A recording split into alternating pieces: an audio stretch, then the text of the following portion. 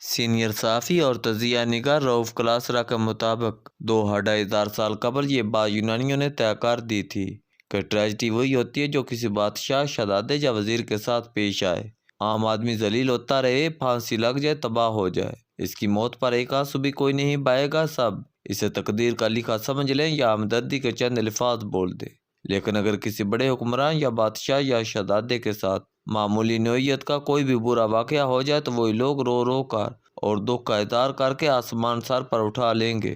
اس issue پر کافی بحث ہوتی رہی کہ ایک عام انسان اپنے جیسے انسان کے دکھ سے زیادہ اپنے سے امیر انسان اور حکمرانوں کا دکھ زیادہ کیوں محسوس کرتا ہے۔ ایک تو عام انسانوں کے اندر ہمدردی بہت ہوتی ہے اپنے جیسے لوگوں کی زندگی کی مشکلات کے وہ عادی ہوتے ہیں، وہ سمجھتے ہیں کہ بڑے اور امیر لوگ بہت اچھی زندگی گزارتے ہیں، لہذا ان کے برے دنوں کا سوچ کر انہیں تکلیف ہوتی ہے کہ وہ بیچارے کیسے یہ برے دن گزاریں گے۔ دوسرے ان کے ذہن میں ہوتا ہے کہ ایسے بڑے بڑے لوگوں کے ساتھ بھی اگر کچھ برا ہو سکتا ہے تو وہ کس کھیت کی مولی ہیں، وہ خود کو غیر محفوظ سمجھتے ہیں، لہذا یہاں ان کے دل میں ہمدردی کی لہریں اٹھتی ہیں، وہیں وہ اندر سے ڈر بھی جاتے ہیں۔ کسی بڑے آدمی کا زوال انہیں خوفزدہ کر دیتا ہے۔ اس انسانی نفسیات کا فائدہ ہمیشہ ان بڑے لوگوں نے اٹھایا جو ان عام لوگوں پر حکمرانی کرتے ہیں۔ وہ جانتے ہیں کہ یہ عام لوگ اپنے جیسے لوگوں پر ہونے والے ظلم و ستم کو اتنا محسوس نہیں کرتے جتنا وہ ان کے ساتھ ہونے والی معمولی زیادتی پر رد عمل دیتے ہیں۔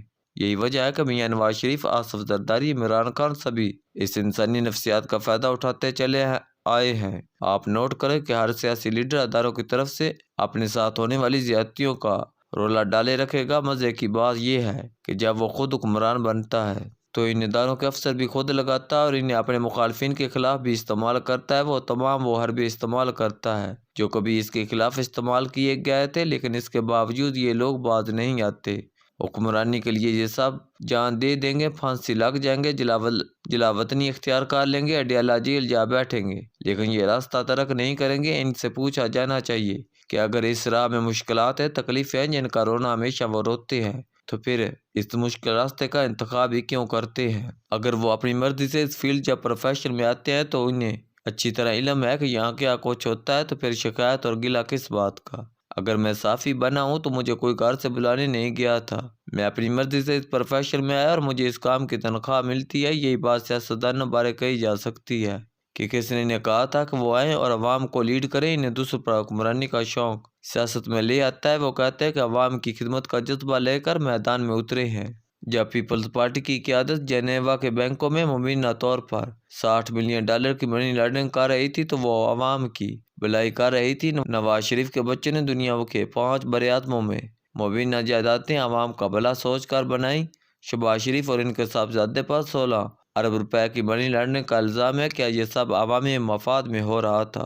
مولانا فضل الرحمان کی پارٹی کے لوگ MMA کی حکومت میں مبینہ طور پر زمینیں الاٹ کرا رہے تھے، تو کیا یہ عوامی مفاد میں تھا؟ عمران خان جب کروڑوں کی گھڑی بیچ دی یا آسمان بوجھدار مانے کا اور گجر خاندان مال بنا رہے تھے تو ان کے دل میں عوامی خدمت کا جذبہ تھا۔ سیاست اور سیاستدان کیسے کرپٹ ہوئے، اس سے متعلق ایک اور کہانی سن لیں۔ کل پرسوں عدیل ملک سے ملاقات ہوئی۔ عدیل ملک ہمارے بہت اچھے دوست ہیں۔ عدیل ملک نے ڈاکٹر محبوب اللہ حق پر اچھی گفتگو کی۔ میں نے کہا کہ باقی آپ کی سب باتیں ڈاکٹر صاحب بارے ٹھیک ہوں گی، لیکن ڈاکٹر صاحب ایک ایسا کام کر گئے ہیں جس کی وجہ سے پاکستانی سیاست میں کرپشن داخل ہوئی۔ 1985 سے پہلے سیاست اور سیاستدانوں بارے مالی کرپشن کی باتیں کم سننے کو نہیں ملتی تھی۔ آپ نوٹ کریں کہ ماضی میں سیاستدانوں پر کرپشن کے مقدمات درج نہیں ہوتے تھے۔ زیادہ سے زیادہ بحث چوری کے مقدمات مخالفوں پر درج ہوتے تھے جو زمیندار سیاست کرتے تھے، تو ان کا مقصد اتنا ہوتا تھا کہ ڈپٹی کمشنر ان کے ڈیرے پر کھانا کھائے یا پولیس افسران سے ان کی دعا سلام ہو، وہ زمینیں بیچ کر سیاست کرتے تھے۔ لیکن جب محبوب اللہ حق نے پہلی دفعہ MNAs کو ترقیاتی اسکیموں کے نام پر بجٹ دینا شروع کیا تو سیاست میں کرپشن داخل ہوئی۔ 1985 کے الیکشن ویسے بھی غیر جماعتی تھے۔ اصلی اور نسلی سیاستدانوں نے ان انتخابات کا بائیکاٹ کر دیا تھا۔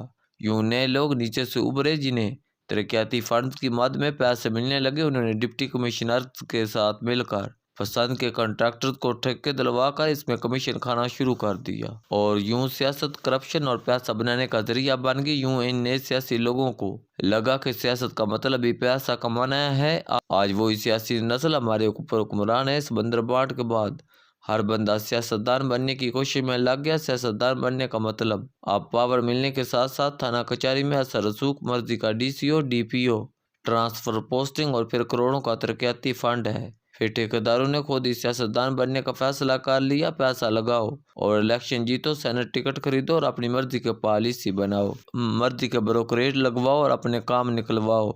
پیسہ کمانا اس سیاست کا مقصد ٹھہرا۔ یقین نہیں آتا تو سینٹ کی جمع کمیٹی میں جا کر دیکھیں، سینیٹرز کی اکثریت ٹھیکیداروں کی ہے۔ وہ ان کمیٹیوں کے چیئرمین شپ لیتے ہیں جو ان کے کاروبار کو ریگولیٹ کرتی ہیں۔ یہ روش صرف سینٹ تک محدود نہیں، قومی اسمبلی میں بھی یہی کچھ ہوا۔